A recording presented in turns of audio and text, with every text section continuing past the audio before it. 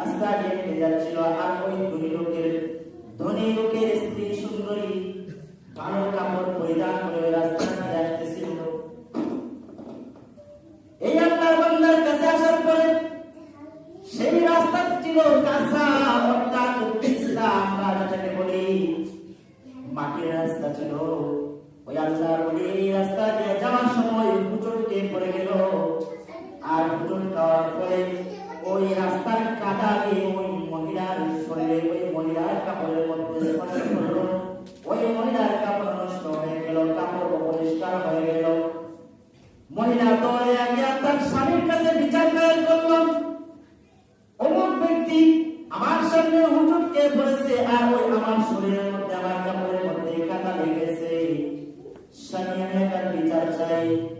তার স্বামী সেই লোকটাকে মজদুর করে আল্লাহওয়ালা লোকটাকে একটি থাপ্পড় মারল ওনার গালের মধ্যে।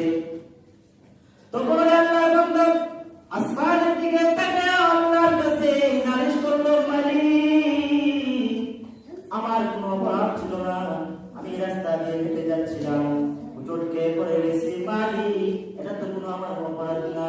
ওগো আল্লাহ, তোমার বান্দা আমার গায়ে হাত তুলেছে, আল্লাহ প্রতিশোধ নিয়েছে, এখন তোমার খেলা তুমি দেখাও। সঙ্গে সঙ্গে ওই মানুষটা মারা গেল, যেই মানুষটা আমাকে চল দিয়েছিল, অর্থাৎ ওই সুন্দরের মনির স্বামীটা মারা গেল। তখন ওই নারীটা তো হাওয়া করে কেঁদে উঠলো, কেন আমার স্বামী মারা গেল?